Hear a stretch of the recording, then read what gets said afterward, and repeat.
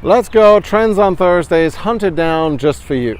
First up, Pinterest is kind of a different social network, and it's more about curating content than it is about pictures of other people's kids or politics, but maybe that's why it's growing.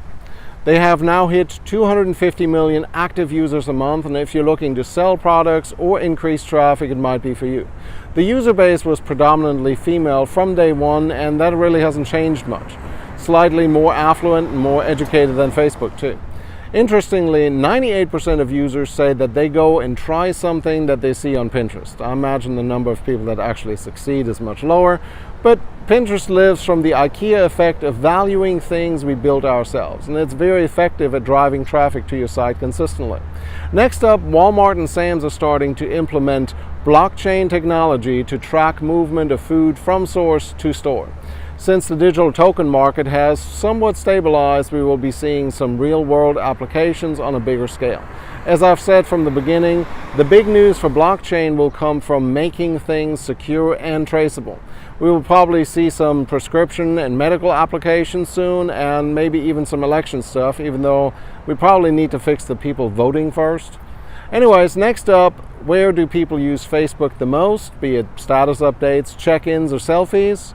Well, the list recently released by ThinkNum Media is dominated by movie theaters and restaurants. Also doing well are gyms, and a little bit of a surprise, Walmart. Well, maybe not so much of a surprise, seeing that when you're standing in the checkout line, there isn't much else to do than check Facebook, maybe take a selfie. I guess you could have a conversation with a stranger and take a selfie with them. Anyways, the real question is, if you have something you could say in a Facebook post or an ad that speaks to someone in a restaurant or a gym, or maybe a gym ad for the people in the restaurant. Anyways, side note, Facebook ads look simple and can be super effective, but they are a science, and you have to take the time to be a scientist.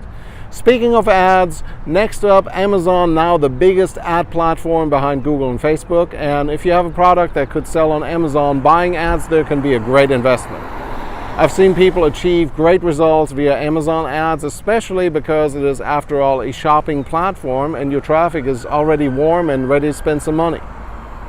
Of course, as always, remember that you don't own the platform, and you better figure out a way to capture your customers in-house in case Amazon turns off the tap or offers their own private label to compete with your products. As my friend Ryan Mulvaney pointed out recently, Amazon is starting to hit heavy with their own private labels and competing with their sellers, which will be an interesting showdown.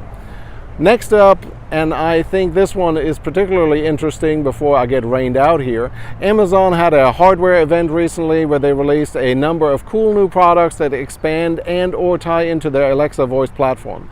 I've been totally bullish on voice for quite a while now, and what Amazon is adding proves my point. From a car version that will add Alexa functionality to any vehicle no matter how run down, to Alexa microwaves and smart outlets, voice is coming to a car, home, and business near you. So if you haven't taken the time to understand what voice could mean for your business, I'd suggest you get on the ball. Google it, there's a ton of interesting articles, or feel free to hit me up and we can discuss over a cup of coffee.